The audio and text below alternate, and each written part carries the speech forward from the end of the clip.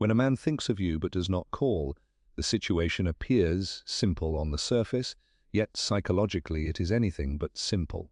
According to Jungian psychology, human behavior is rarely driven by a single motive. Instead, it emerges from a tension between opposing forces within the psyche. On one side is conscious desire, the part of him that genuinely thinks about you, remembers conversations, imagines connection, and feels emotional pull. On the other side is the unconscious, the hidden realm where fear, past wounds, unresolved conflicts, and protective instincts operate silently. The reason he does not call is often found not in a lack of feeling, but in this inner conflict where desire and fear collide.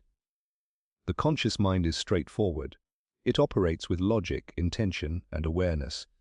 When he thinks of you, this part of him may want closeness, validation, intimacy, or emotional comfort. He may replay moments in his head, feel drawn to your energy, or sense that you represent something meaningful. Conscious desire says, I want to reach out, I miss her, or I should call, yet conscious desire alone does not determine action. Beneath it lies the unconscious, which is far more powerful and far less rational. The unconscious holds emotional memories, childhood conditioning, attachment patterns, and fears that were formed long before you entered his life. Jung believed that much of human behavior is governed by unconscious material, especially when emotions are involved. Love, attraction, and intimacy activate deep psychological layers. If his unconscious associates closeness with pain, loss, rejection, or humiliation, it will resist even when the conscious mind wants connection. This creates paralysis. He thinks of you, feels something for you, but does nothing. The psyche enters a state of tension where moving forward feels dangerous and staying still feels safer. Fear of rejection is one of the strongest unconscious forces at play. Even confident men carry this fear, though it may be hidden beneath pride or emotional distance. Reaching out means risking a response he cannot control. A call unanswered, a cold reply, or a shift in tone can feel like a threat to his self-image. Jung emphasized that the ego, the identity we build to protect ourselves, avoids situations that could expose weakness. If calling you risks making him feel unwanted, inadequate, or dismissed, the unconscious steps in and blocks action. Silence becomes a shield. Another powerful fear is the fear of emotional exposure. Calling you is not just a social act, it is a psychological one. It reveals interest. It admits feeling. It opens the door to emotional engagement. For someone whose unconscious equates vulnerability with danger, exposure feels like standing unarmored. Jung noted that many people confuse emotional control with strength. In reality, emotional suppression is often a defense developed early in life. If he learned, directly or indirectly, that expressing feelings leads to pain, shame, or loss of respect, his unconscious will resist any act that might reveal emotional need. There is also the fear of losing control. Desire creates movement, and movement creates uncertainty. By calling you, he relinquishes control over the outcome. The conversation may deepen, expectations may form, or emotions may intensify. For someone who values psychological control, silence feels safer than unpredictability. Jung spoke often about the human need for psychic equilibrium. When desire threatens to disrupt inner balance, the psyche may choose avoidance rather than risk transformation. Past experiences play a decisive role here. The unconscious does not experience time the way the conscious mind does.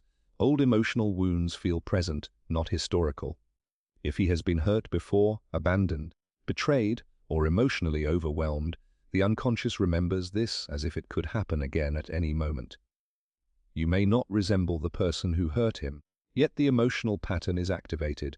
His psyche reacts not to you as you are, but to what you unconsciously represent: intimacy, attachment, and the possibility of pain. This is why thinking of you does not automatically translate into action. Thought belongs to the conscious mind. Action must pass through the unconscious. If the unconscious raises a red flag, action stalls. Jung described this as a conflict between the ego and the deeper layers of the psyche. The ego wants connection, but the unconscious wants safety. When safety and desire are perceived as opposites, safety usually wins. There is also the role of inner contradiction. Many people are divided within themselves. They want closeness, yet fear dependence. They crave intimacy, yet associate it with loss of freedom. They desire love, yet distrust it. This inner split creates inconsistent behavior. He may feel warmth toward you one moment and distance the next. Thinking of you does not bring peace, it brings tension. Calling you would force him to confront that tension directly, so he avoids it by staying silent. Jung would say that this is not deliberate cruelty or manipulation, but an unconscious defense mechanism. The psyche is trying to protect itself from perceived danger.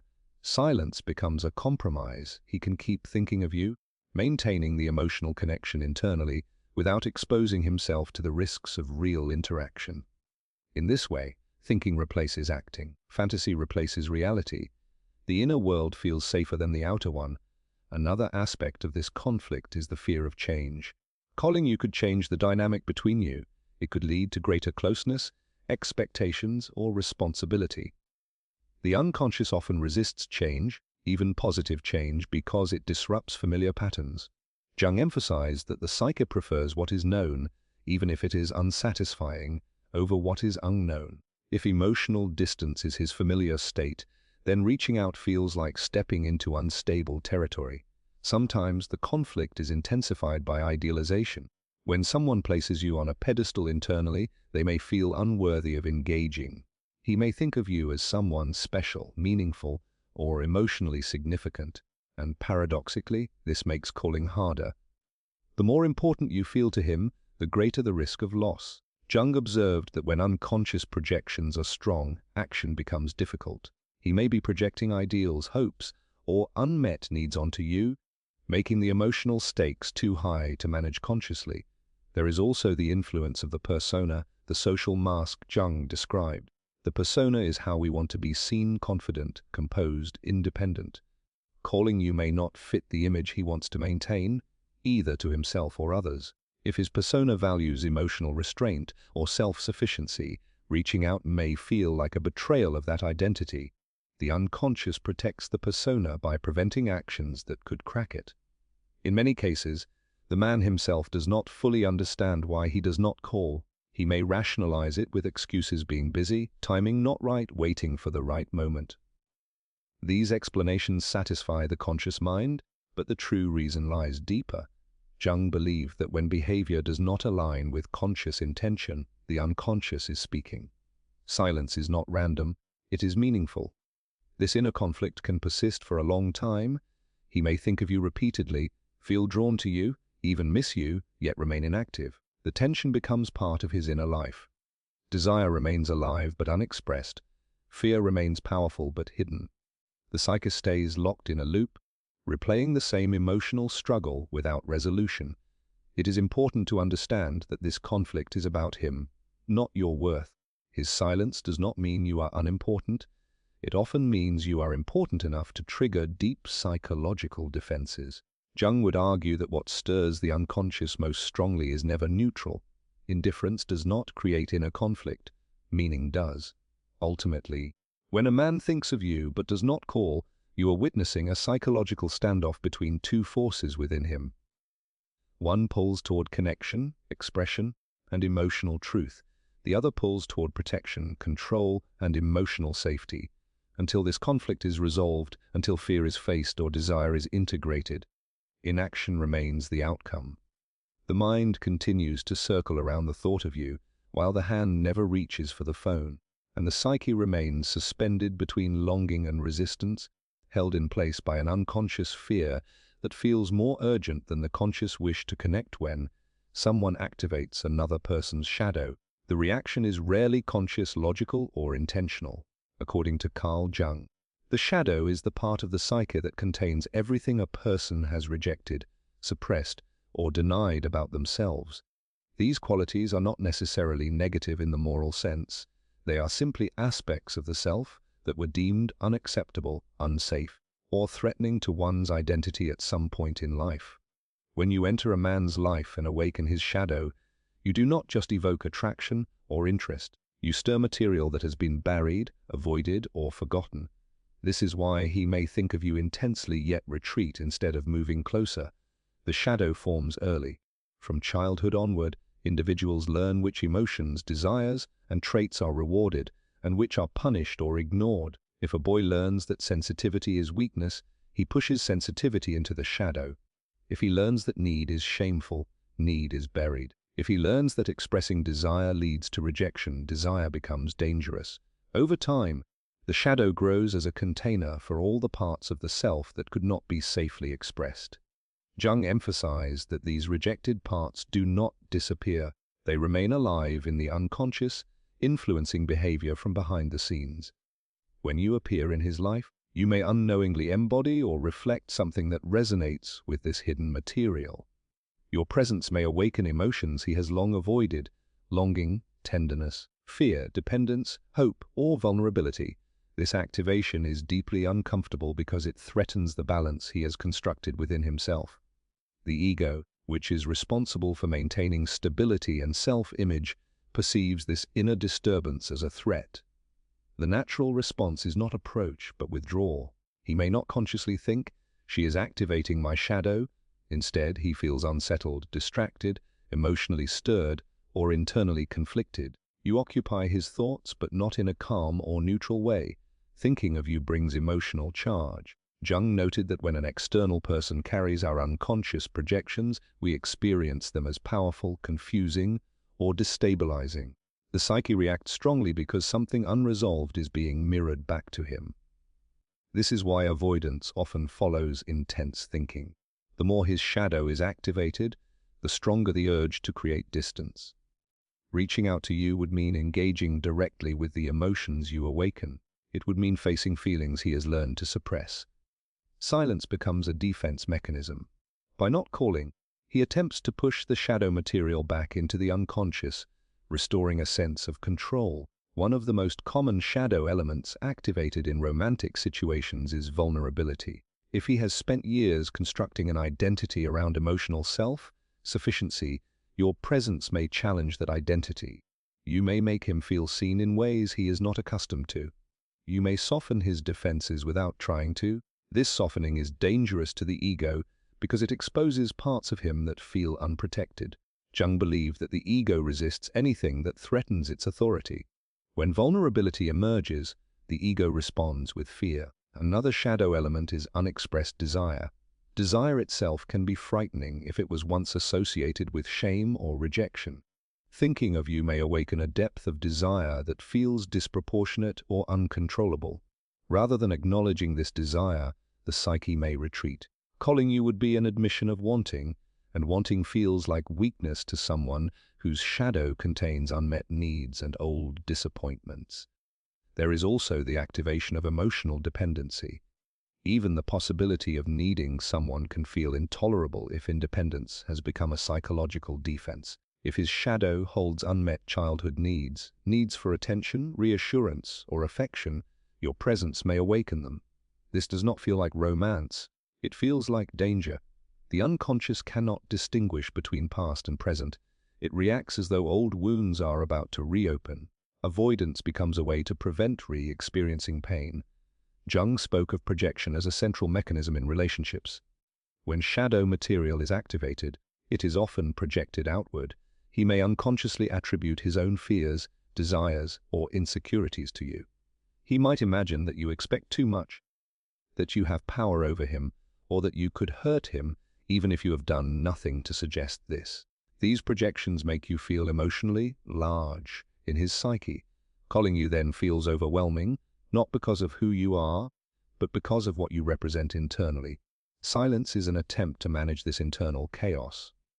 By staying distant, he can keep the shadow at bay. He can think of you from a distance, where emotions are intense but controlled. Contact would collapse the distance and force him into direct engagement with parts of himself he does not understand or accept. Jung emphasized that people avoid not what they dislike, but what they cannot integrate. There is also shame involved in shadow activation. If the emotions you awaken contradict the image he holds of himself, shame arises. He may see himself as rational, composed, or emotionally detached. Yet around you he feels longing, uncertainty, or emotional depth. This discrepancy creates inner discomfort. Rather than adjusting his self-image, the psyche chooses avoidance. Calling you would confirm that these feelings are real. Importantly, The shadow does not only contain weakness, it also contains potential. Jung believed the shadow holds vitality, creativity, and emotional truth. When someone activates your shadow, they also activate the possibility of growth. But growth requires confrontation. It requires acknowledging what has been denied. Most people resist this process, especially when it arrives unexpectedly through another person. Avoidance is easier than transformation. This explains why thinking of you may feel intense but unresolved. You are not just a person in his mind, you are a symbol. You represent parts of himself that want expression but have been silenced. The psyche does not know how to integrate these parts, so it oscillates between attraction and retreat. He is pulled toward you because the shadow seeks recognition, and pushed away because the ego fears disruption. From a Jungian perspective, this dynamic has nothing to do with manipulation or lack of care. It is an unconscious struggle. He may genuinely feel drawn to you, and yet feel inexplicably blocked from acting. The stronger the shadow activation, the stronger the resistance. This is why silence can coexist with deep emotional preoccupation. It is also why time alone does not necessarily resolve the situation. Without conscious awareness, the shadow remains unconscious. He may continue to think of you long after contact has ceased, because the unresolved material has not been integrated. The psyche circles around the same emotional content, unable to release it or act on it. Understanding this shifts the narrative. His withdrawal is not proof that you were insignificant. On the contrary, Jung would argue that indifference produces no shadow reaction. Only what matters psychologically has the power to disturb the inner world. Your presence matters enough to awaken something he has avoided confronting. Ultimately, when you activate a man's shadow, you confront him with himself.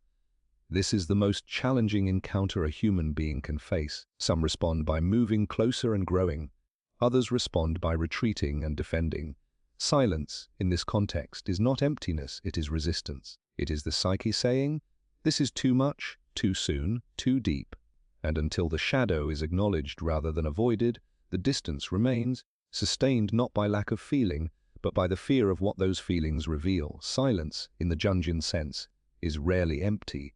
When a man thinks of you yet chooses not to call, that silence is not a neutral absence of action, but a psychologically meaningful response. Carl Jung viewed human behavior as symbolic long before it is rational. What appears on the surface as passivity is often an active inner strategy. Silence, in this context, functions as a defense mechanism, a way for the psyche to protect itself from emotional overload, inner conflict, and perceived psychological danger. It is not that nothing is happening, it is that too much is happening internally, and distance becomes the only way to cope. The psyche constantly seeks balance. Jung referred to this as psychic equilibrium. Whenever strong emotions arise, desire, attachment, longing, fear, the inner balance is disturbed. For individuals who have not learned to process intense emotions consciously, the psyche resorts to primitive but effective defenses. Silence is one of the most accessible and socially acceptable of these defenses. By not calling, not engaging, and not moving forward, he creates space between himself and the emotional stimulus. That space gives the illusion of control. Emotional overwhelm is central here. Thinking of you may trigger a cascade of feelings he does not know how to regulate. These feelings may contradict his self-image, disrupt his routines, or challenge long-held beliefs about himself and relationships. Jung believed that when consciousness is unable to integrate emotional material, the unconscious intervenes. Silence becomes a way to slow down inner chaos. It is a pause imposed not by logic but by psychological necessity. One of the key reasons silence feels stabilizing is that it reduces immediacy. Contact demands response. A call leads to conversation. Conversation leads to emotional exchange. Emotional exchange leads to vulnerability, expectation, and potential transformation. Silence delays all of this. It allows him to remain in a familiar emotional state rather than entering unknown territory. Jung emphasized that the unconscious fears the unknown more than it fears dissatisfaction. Distance feels safer than engagement, even if it is emotionally unfulfilling. Silence also protects the ego from making choices. Calling you would require him to take a position, interested or uninterested, available or unavailable, open or closed. Avoidance allows him to stay undecided. Indecision is not always confusion. Sometimes it is a deliberate, unconscious strategy to avoid responsibility for outcomes. By remaining silent, he avoids the possibility of being rejected, misunderstood, or emotionally entangled. The psyche prefers ambiguity over risk. Another layer of this defense is emotional regulation through withdrawal. Jung observed that many people manage anxiety by retreating inward. When external relationships become emotionally charged, withdrawing reduces stimulation. Thinking of you from a distance allows him to experience emotion without confrontation. It is controlled exposure. He can feel without having to respond. Silence gives him a sense of mastery over his inner experience, even if that mastery is illusory. Silence also functions as a way to restore identity. Strong emotional connections can temporarily dissolve the boundaries of the self. Attraction, longing, and attachment blur the line between me and you. For someone whose sense of self depends on emotional independence or control, this blurring feels threatening. Jung spoke of the ego's need for clear boundaries. Silence reasserts those boundaries. By pulling away, he reclaims a sense of separateness and stability. There is also the fear of escalation. A single call is never just a call in the unconscious mind. It represents a path. One step leads to another. Contact could lead to intimacy, commitment, or emotional exposure. Even if none of these are objectively required, the psyche imagines them as potential outcomes. Silence halts the imagined progression. It freezes the situation at a manageable level of emotional intensity. Importantly, silence can be a way to suppress feelings he does not want to acknowledge. Jung warned that what is not expressed consciously is expressed unconsciously. By not calling, he avoids naming his emotions. He does not have to admit desire, confusion, or fear, not to you and not to himself. Silence allows repression to continue. The feelings remain, but they are contained within the unconscious, rather than brought into conscious dialogue. This is why silence often coexists with rumination. He may think of you repeatedly, replay interactions, imagine conversations, or feel emotional pull, yet remain inactive. The inner world becomes crowded while the outer world remains still. Jung would interpret this as a failure of integration. The psyche is holding emotional material without resolving it. Silence maintains this unresolved state. Silence also serves as protection against disappointment. Hope is emotionally risky. Calling you might create expectations of response, warmth, interest, or continuity. If those expectations are not met, disappointment follows. For someone whose unconscious associates disappointment with deep emotional pain, silence feels like a preventative measure. It is easier to endure longing than to risk disillusionment. Another dimension is control over vulnerability. Vulnerability requires mutual participation. Once he reaches out, he cannot fully control the emotional exchange. Silence allows him to remain emotionally autonomous. Jung noted that many people equate autonomy with safety. By staying silent, he maintains the illusion that his emotions belong only to him and are therefore manageable. Silence can also be a form of self-soothing. Withdrawal reduces stimulation and allows the nervous system to calm down. If thinking of you excites, unsettles, or destabilizes him, distance provides relief. This relief reinforces the behavior. The psyche learns that silence reduces discomfort, even if temporarily. Over time, avoidance becomes habitual. From a Jungian perspective, silence is not always conscious avoidance. Often it feels inevitable. He may tell himself he will call later, when things feel clearer or calmer. But clarity never arrives, because the underlying issue is not time, it is integration.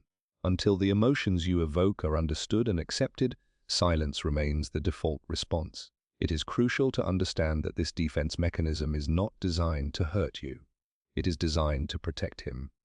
Jung emphasized that defenses arise from fear, not malice. Silence is the psyche's way of saying, I am not ready to feel, not ready to choose, not ready to change. Silence also preserves an internal fantasy. Without real interaction, the imagined version of you remains intact. Reality is unpredictable, fantasy is controllable. In fantasy, he can idealize, minimize, or reinterpret emotions without challenge. Contact would replace imagination with actuality, which demands adaptation. Silence allows him to stay in a psychologically comfortable narrative. Over time, this defensive silence can become self-defeating. The emotions do not disappear, they stagnate. Jung warned that unintegrated emotions turn inward, creating anxiety, restlessness, or melancholy. The psyche pays a price for avoidance. Yet many people accept this cost because it feels safer than confrontation. Understanding silence as a defense reframes its meaning. It is not emptiness, indifference, or lack of care. It is a response to inner pressure. The more intense the pressure, the stronger the defense. Silence is the visible outcome of an invisible struggle. Ultimately, when a man does not call despite thinking of you, silence is his way of managing what he cannot yet face. It is an attempt to regain inner balance without risking emotional exposure. Jung would say that the psyche always chooses what it believes will preserve stability, even if that choice leads to longing rather than fulfillment. Silence, then, is not the absence of feeling, but the presence of fear, and until that fear is made conscious, distance remains the safest solution his inner world knows how to choose. In the end, what appears as silence, distance, or inaction is not a simple lack of interest but a window into a deeper psychological struggle. When a man thinks of you yet does not call, his behavior is shaped by forces far older and stronger than conscious intention. Inner conflict, shadow activation, and defensive silence all point to the same truth: something within him has been stirred that he does not yet know how to face. Desire pulls him forward, fear pulls him back, and the psyche chooses stillness as a way to survive the tension. From a Jungian perspective, this dynamic is not about games, manipulation, or mixed signals in the modern sense. It is about the unconscious protecting itself from exposure, loss of control, and emotional transformation. You represent not only connection, but change. And change, even when it promises growth, is frightening to a psyche that has learned safety through avoidance. His silence, then, is not meaningless. It is charged with unresolved emotion, unintegrated desire, and unacknowledged fear. Understanding this allows you to release self-blame and confusion. His inability to act is not a reflection of your value, your attractiveness, or your worth. It is a reflection of his inner readiness. Jung taught that people can only meet others as deeply as they have met themselves. When someone withdraws, it often means they have reached the edge of their own psychological limits. Whether or not he ever calls is secondary to what his silence already reveals. It reveals a psyche in tension, caught between longing and resistance. And while you cannot resolve that struggle for him, you can recognize that silence does not always mean absence of feeling. Sometimes it means feeling too much, with too little inner freedom to move toward it.